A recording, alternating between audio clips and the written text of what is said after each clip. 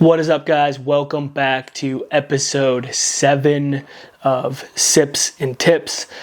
This is a live show where I answer your questions about rehab, performance, physiotherapy, anything else that comes up. You guys can ask me a couple of different ways you can ask questions. You can submit them below. So if you guys have any questions around injury, rehab, performance, physio, all that good stuff, drop it in the comments and I will answer it. I have some questions that I got submitted, some things that I've been thinking about that I want to share with you guys. So as I dive into that stuff, make sure that you ask your questions in the comments if you have any.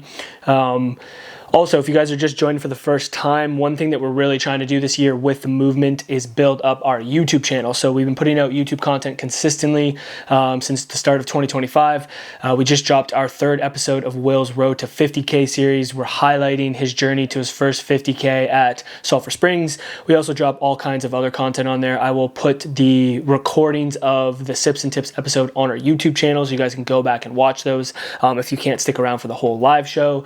So lots of content going out over on YouTube, so I really appreciate it if you guys head over there, subscribe to our YouTube channel. Our goal is to get to 500 subscribers by the end of this year. We're currently at 217, so we are slowly but surely chipping away at that. So I'd appreciate that if you guys head over and follow our YouTube channel. But the first question I want to answer is a question I got that was, what's the most common mistake people make when rehabbing an injury?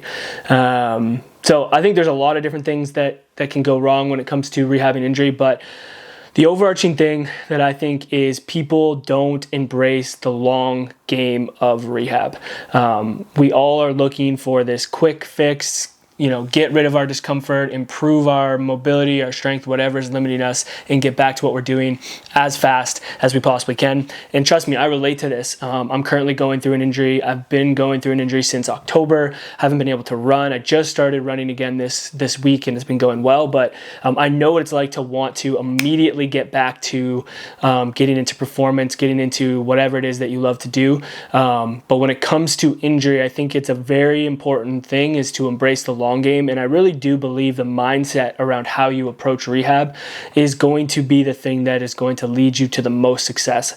I know all the other stuff is important, such as like the proper guidance you get, the exercises that you're doing that are leading you towards getting back to what you want to do. All that stuff is important, but I think if the mindset of the individual is not in the right place of approaching rehab from a long-term game, I think it's really going to be challenging to get to the goal that you want. And I think a big thing that I've been trying to focus on is looking at the rehab process in kind of 3 phases. And the first phase is acceptance. And I think this is a big thing that a lot of us struggle with, is just accepting the fact that we are injured. We are not going to be able to perform or do the things that we want to do at our best, and focusing on how you can accept that injury and rehab is what you're going to have to focus on versus trying to be half in and half out. And that's something that I can really relate to with my current injury is, I knew that I needed to rehab. I knew that I needed to take time off running, but I also didn't want to let go of the fact that I really love to push myself, challenge myself, and perform. And so I was kind of half trying to perform, and I was kind of half trying to rehab. And that was just leading to a ton of frustration on my end. It wasn't leading to me improving my injury in the right way. It was also leading to not good performance, which was further driving my frustration. And so I think acceptance is a big thing to entering into the mindset of rehab that is really going to help you be successful. I think the second thing, after accepting the fact that okay, I do have an injury here and I need to shift my mindset from doing what I love or performing to how do I rehab, is then going and asking, for help. And I think this is the hardest part because a lot of us don't want to ask for help. I know this is something that I struggle with. And we think, okay, if I just take time off and I just let this rest, things will get better, or time will help these things get better. And you know what? A lot of times time is on our side and it will help your injuries. But if you're trying to perform, you're trying to push your body, you're going to need in some way to expose and adapt that tissue to improve that circumstance so that you can get back to performing at a high level. And so I think that stage of asking for help is super important. And I think oftentimes the clients that I see, myself included, we wait a little bit too long to ask for help. So instead of when we first start noticing these things are coming up, maybe there's signs that are pointing towards, hey, we should probably take care of this. We say, it's all right, it'll get better. I'll just try a couple things that I've seen on the internet or that I know, or I'll push this off. And then eventually, it's 2, 3, 4 months have gone by and you're still in the same circumstance, if not worse. So I think the sooner we can accept the injury and the sooner that we can ask for help, the better it's going to be for the rehab process. And I think asking for help doesn't even necessarily, need to be, okay, I go in and see a physio. Ideally, I think that's the best thing to do. And that's what we want people to do because we can really help people with that. But it might even be just reaching out to a healthcare professional or someone that you know and telling them and sharing a little bit about what you're going through and asking them their thoughts on it. Because a lot of times it's just getting perspective on the situation and getting some outside thoughts on maybe what's going on that can help, one, ease your anxiety around the injury, and two, lead you to be like, okay, this isn't as bad as I thought, and actually go get help. And that's why a big thing that we do is try to open up opportunities to have conversations about people's injury, whether it be through something like this or whether it be through a phone call to, our clinic to see if it's a good fit for you, or whether we do injury screens at different community events, just to open up the opportunity to have conversations with people for them to be able to ask for help. Because I think asking for help is the hardest thing to do. And it really does take a lot of vulnerability and courage to ask for help from a healthcare professional. And something that I really try to remember, one, based off of my experience going through injury, but two, with the people that come through our doors, it's a big step to ask for help when it comes to your injury. And so I think always respecting that is important. And then that last little phase is creating a progressive plan. And I use progressive intentionally here because I think it's really important to have a plan that is progressing you back to where you want to go.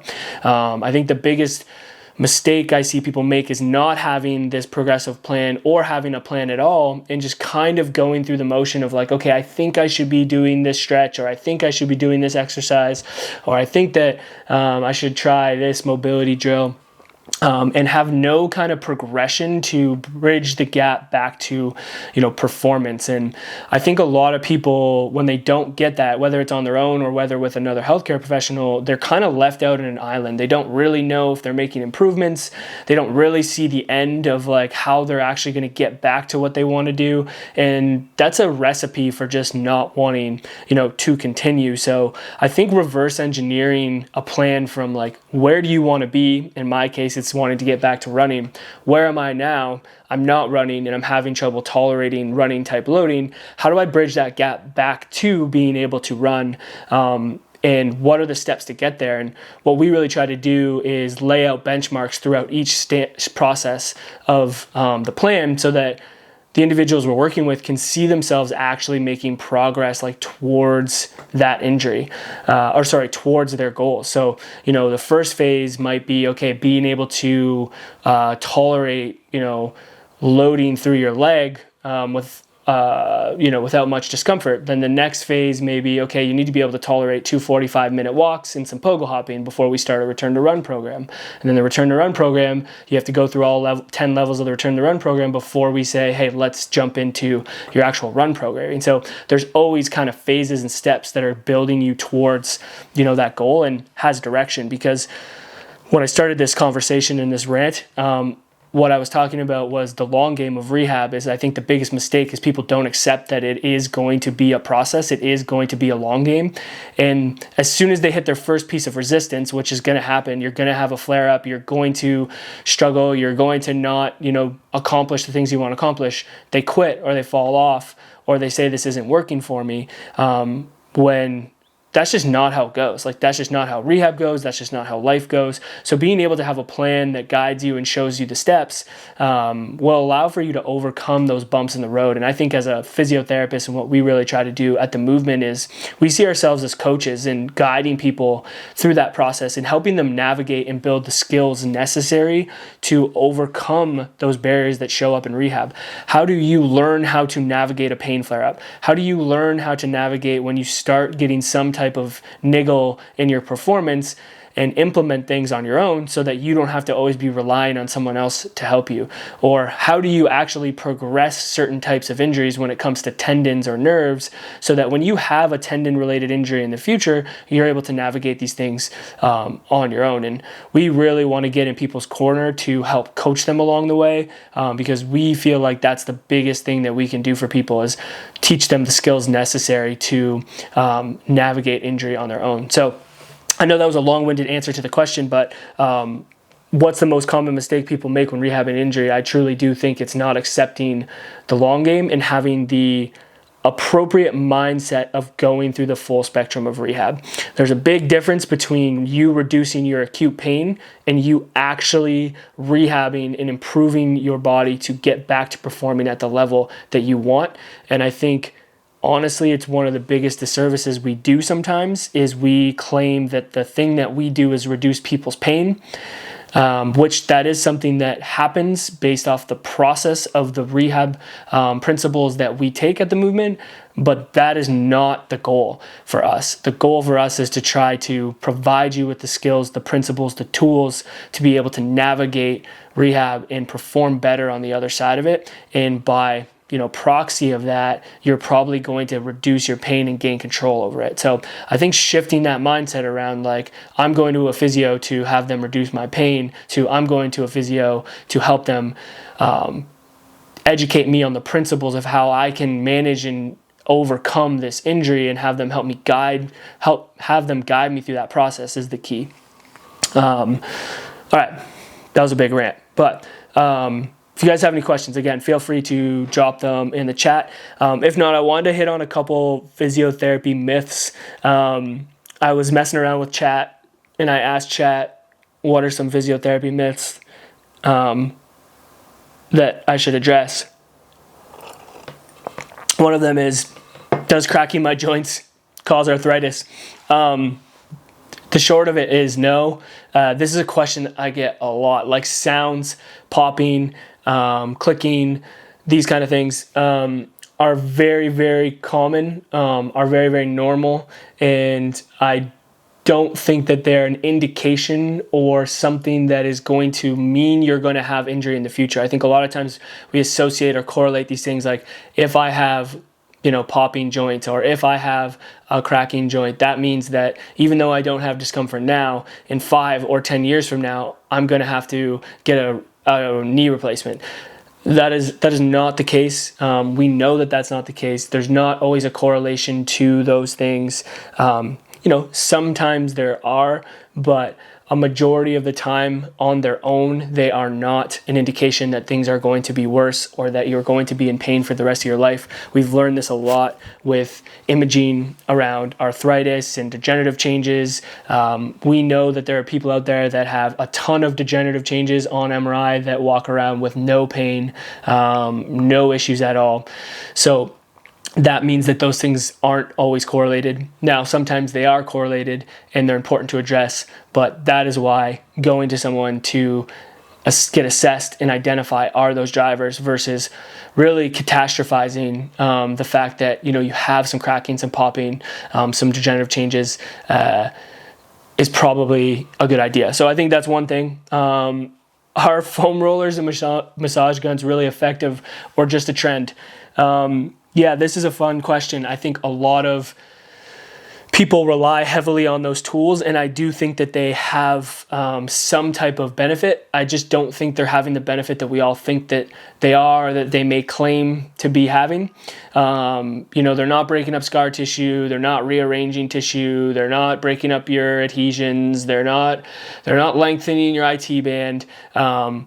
But what I do think they do is they provide a stimulus to the system that then results in a response. And a lot of times that is that massage type stimulus pressure on the tissue ends up resulting in this relieving feeling of opening up the tissue and allowing for you to move or feel better. I think a lot of this is more of like a neurological nervous system response than it is actually physiologically, changing the tissue, which I think is a benefit. Like if people feel good with foam rolling and massage gun when they're done a session or when they're warming up for a session, they feel like it helps them open up. I don't think there's anything wrong with that. What I do think is not great is when those things are preached as the solution to the problem. If you foam roll, that's going to make you, less likely to get injured, or that's going to help your injury, improve. And a lot of times I think that when it comes down to injury and why we're feeling these things, it is all around load and load management and how much load is going to the system, and how much your body's ready to take on that load. And oftentimes injuries occur when we're expressing too much load to the system that doesn't have enough capacity to handle it, and we get some type of response. And so I think foam rolling and massage guns and all that kind of stuff do a really good job of like maybe calming down the system or opening up a window of opportunity for you to load into, positions that maybe you wouldn't be able to get into without having some type of, massage or foam roll or stretch or anything. But I don't think it's going to be this magical solution to all the problems. And typically, I think most problems that we see in clinic are load management problems, and often mean that we need to actually build up the load capacity and tolerance of the body and tissues, which the foam roller is not really going to adapt that enough. Things like exercise, training, mobility, loading the tissue are going to really help to build up that capacity. So I don't think foam rollers and massage guns are bad necessarily. I just think they are a piece to the puzzle, and I don't think they're doing all this magical stuff that we claim, but they do feel good and they can help people open up. And if people like them, then I'm all good for people doing that. So those are the two kind of myths that I wanted to hit on. The last thing I wanted to touch on, and I get this question often, is when should I see a physiotherapist? And I think a lot of people know when they're injured, when they're not able to participate in an activity or a sport that they love or that they want to do at a high level. They know that a physiotherapist is someone that can help guide them. At least that's what I hope. That is definitely something that we do, and we do that at a really high level at the movement. But the other thing that I really try to tell people and tell our team, and I hope that we can get this more out into, to the general public, is that physiotherapists can be consultants for your health. And that doesn't just mean when you're injured. So an example of this is, I've had a client recently who came to me who didn't really have too much of an injury going on, but they were interested in getting back into running. We're coming up into spring, so all the fair weather runners are getting ready to rock, and this person hadn't run in 3 years. And they came to me and they're like, hey, I really want to get back into running. I want to be consistent with this. I know this is something that you do and you work with people on this. How can I best prepare my body to approach running this summer into the fall successfully? And I think that is a really cool opportunity for us as a profession to really help people, because a lot of times people just run into these things, so to speak, without any idea of how to prepare themselves for it. And if they can come to a physiotherapist like me and be like, hey, this is what I want to do. Am I ready to do this? What is the steps? And we can use our assessment skills. We can use our knowledge around, tissue and how the body adapts to that. I can use my knowledge about running and how to progress running, and how to get the body ready to take on all the demands of running that this individual is looking for. And we can create an effective plan where we help guide them through that process before they even get into the activity. That to me is super, impactful, because now we're helping this individual avoid injury, or reduce the risk of them getting injured. And then if they do have some stuff come up, we're already working on a lot of different things that we can help address. And it really helps the client navigate the challenges of taking on a new activity. And, I'm using the context of like running here, but like this could be anything. This could be someone trying to jump into CrossFit. This could be someone who's trying to jump into hiking. I worked with a lady, a couple months ago who was really excited to get back into hiking, and was having just a little bit of trouble with some stiffness and some soreness, and was worrying that she was doing more harm to herself, and wanted to get my thoughts on how she could progress into hiking. Like showing people that path and guiding them and using our skills as clinicians to do that, I think is super important, and I think it's undervalued. I don't think that we as physios portray ourselves as that enough. I don't think the public sees us as that enough. And I think it's something that we need to do a better job. And even beyond that, like even beyond getting someone prepared, being a consultant for someone where they're actually already doing a ton of really great stuff, and they come into you with questions because they've seen certain patterns popping up, and you do an assessment and you sit down with them and you go through all this stuff and you give them your insight and your thoughts on what they're already doing and how they're already progressing their plan, and you leave them with some things to think about. And then maybe on a monthly or a quarterly basis, this individual is coming back in to check in with you and get some thoughts on how their training has gone or how the things that they've done has progressed, and give you more questions on how they can continue to implement that on their own in a productive way. Like, I think that is such a huge asset and a huge skill set of physiotherapists that we don't leverage enough.